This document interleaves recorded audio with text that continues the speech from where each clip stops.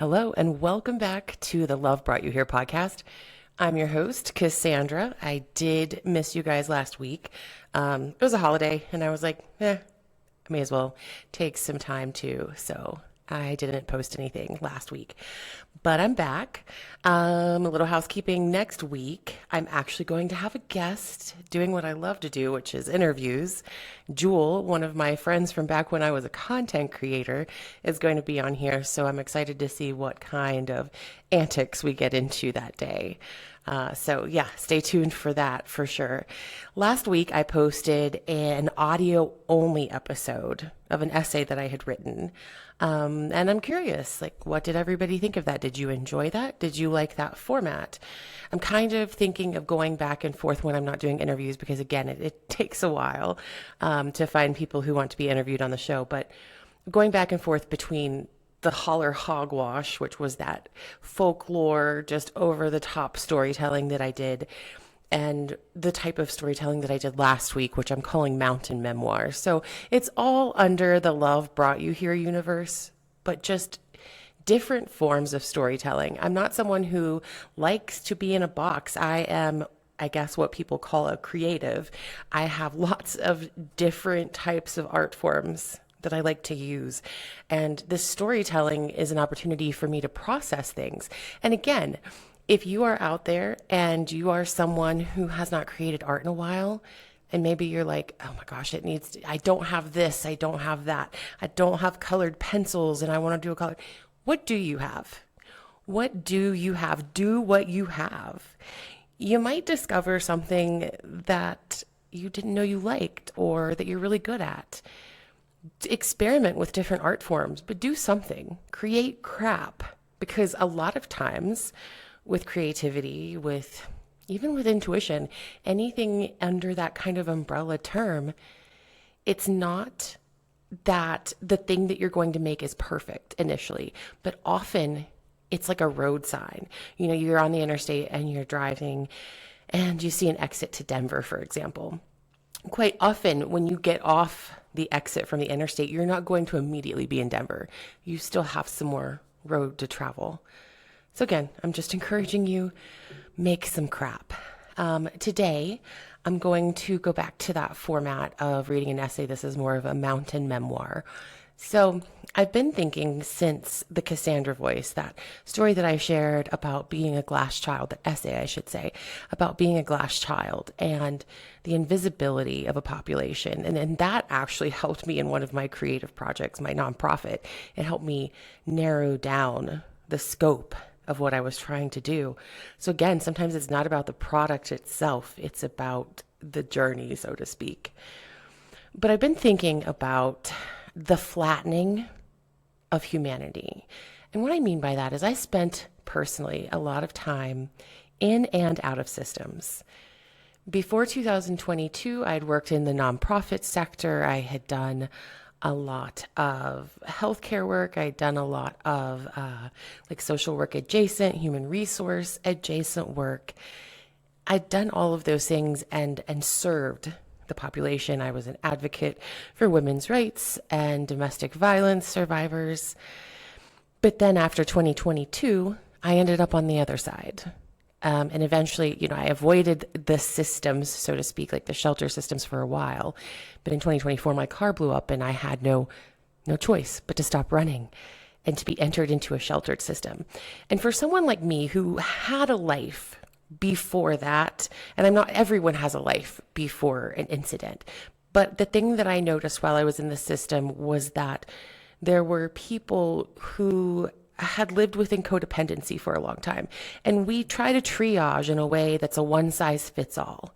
And so much like I said, when you're making art, when you're doing a creative project, what do you have? Focus less on what you don't have. Focus on what you do have. But that's not how we triage people entering into a system who need social supports. For example, in a shelter, you're seen as your greatest deficit. You are unhoused, and you are the same as someone who has never lived independently. I had served on the board of directors for the ACLU. I had worked in like healthcare management for a long time. I had a bachelor's degree. Not that that made me better than anyone else, but it certainly made my experiences very different.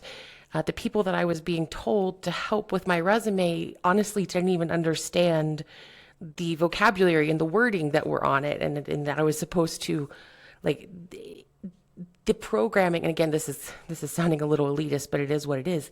My needs were very different. The supports that I needed were very different than some of the people that were in the system.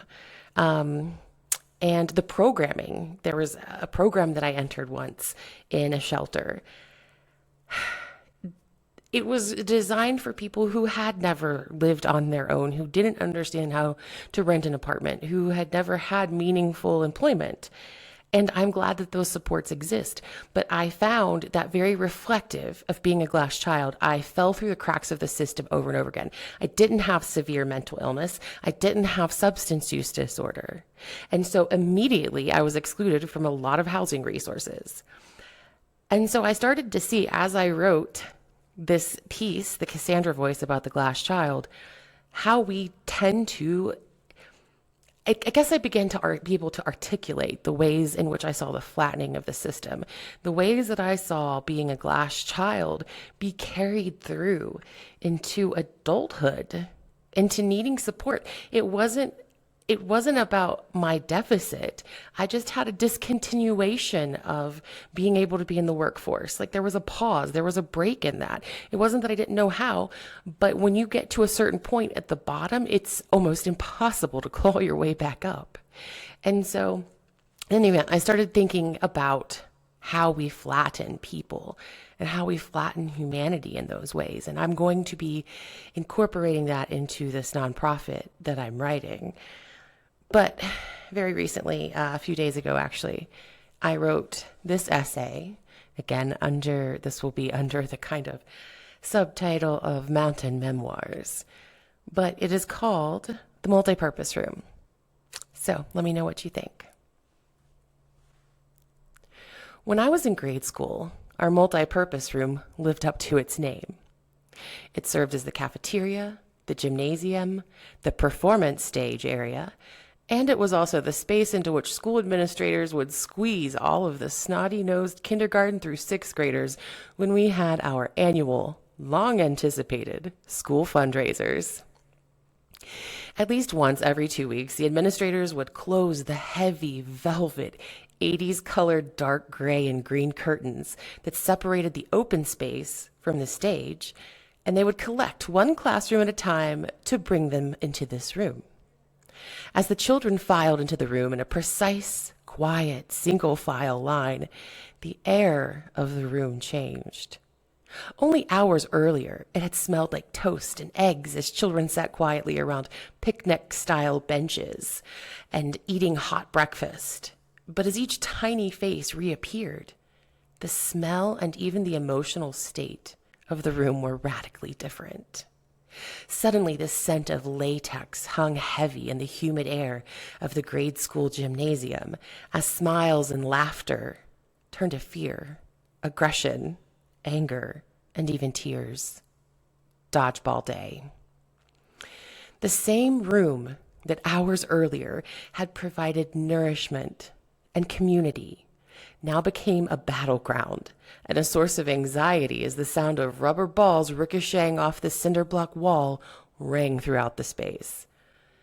As small pockets of children weaved and ran through the room with the same energy of sanderling birds racing the beach surf on their spindly legs, as many as 5 dodgeballs at once flew through the air with the speed and force of rubber bullets during a heated protest.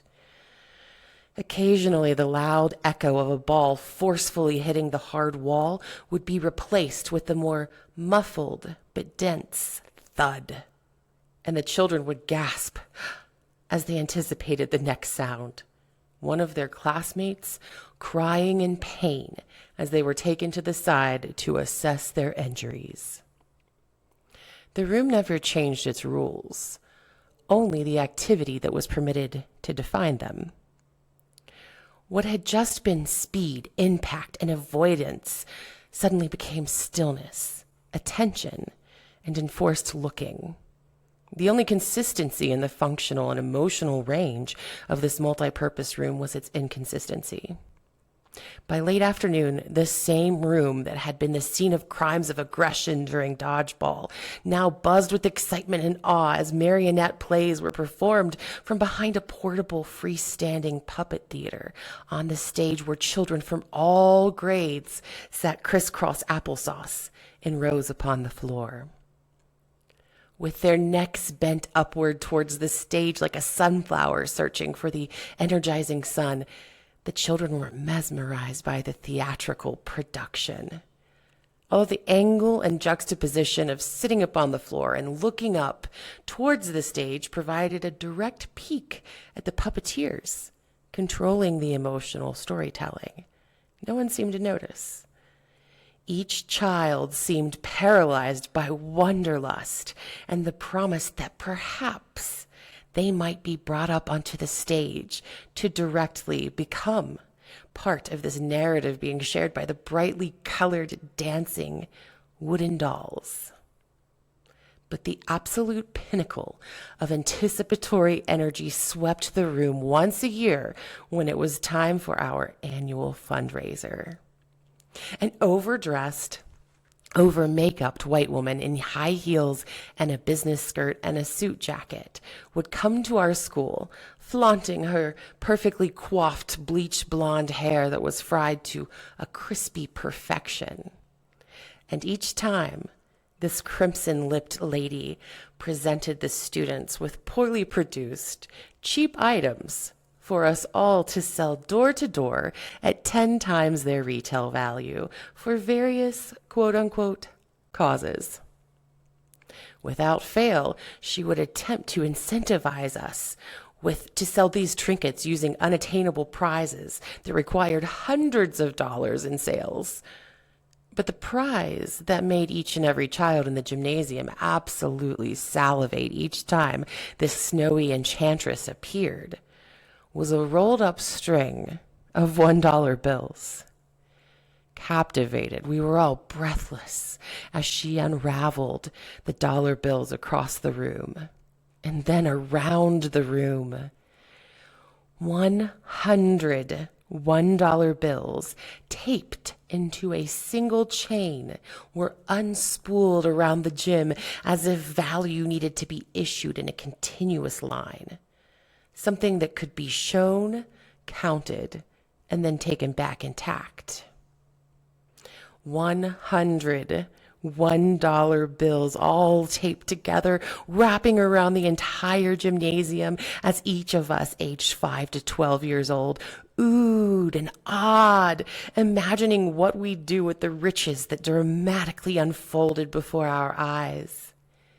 This was the prize for the top seller of the entire school. And only one person could earn it by achieving the most sales, although we were told we each had equal opportunities to become the victor. Despite the fact that we all knew children with parents who worked in corporate office settings would become the top sellers, our delusions of becoming independently wealthy overrode our practical thinking as we squirmed with excitement. It was March in Denver, Colorado.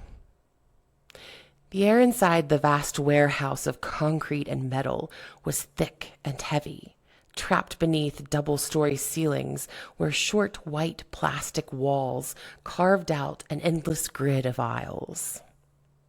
A short, husky man met me at the entrance and immediately began guiding me deeper into the structure, pointing toward a specific square space at the far end of one row. Trying to keep pace with him meant fighting the wobbly wheels of a heavy rolling trolley that resisted me at every twist and turn, and my brow quickly grew damp from the sudden physical exertion. "This will be your cubicle," he said. "Wait, shit, sorry. We have almost 300 people here, and someone was supposed to leave today, but apparently they didn't. Hold on." And as he began flipping frantically through a clipboard of paperwork, the man before me with dirty blonde hair unclipped the two-way radio on his belt and placed his finger over a button as he began to speak to an unintelligible voice on the other end. As he threw his arms up in frustration, I noticed an iridescent stripe along the back and the sides of his gray, oversized vest, just below where the word staff was printed in capital letters.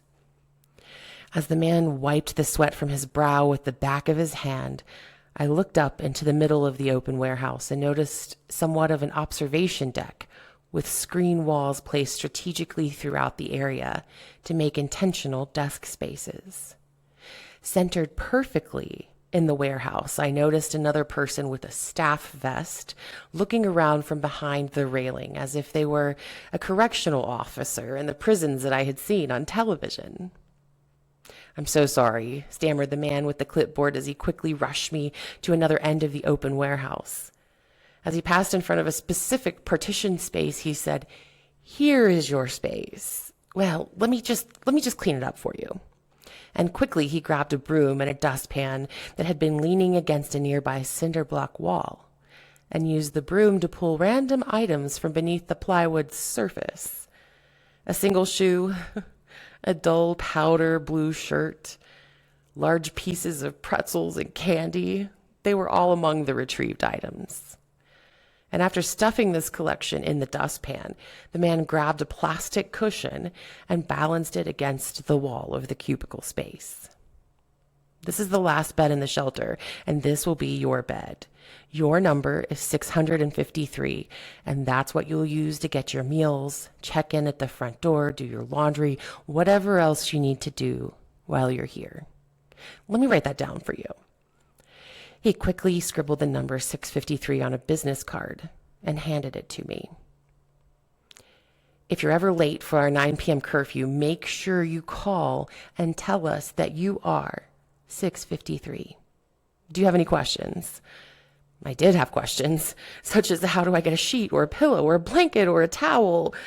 But I was completely overwhelmed, and so in a mousy voice, I answered, "No, thank you so much." "Okay, great," he replied.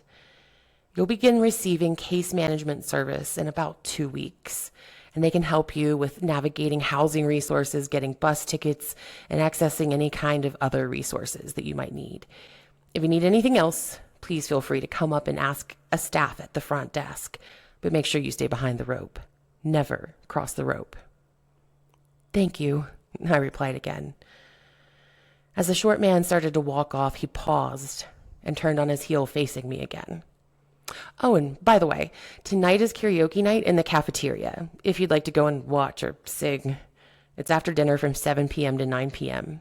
And tomorrow, the Pentecostal church will be here having a service if that's more your speed. Same place, cafeteria."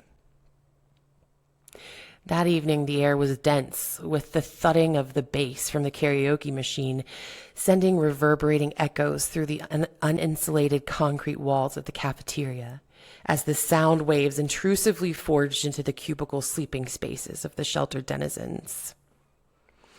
As someone sang off-key with the gusto of a cattle giving birth in an empty field, I laughed, and I thought that I was glad someone was having more fun than I was.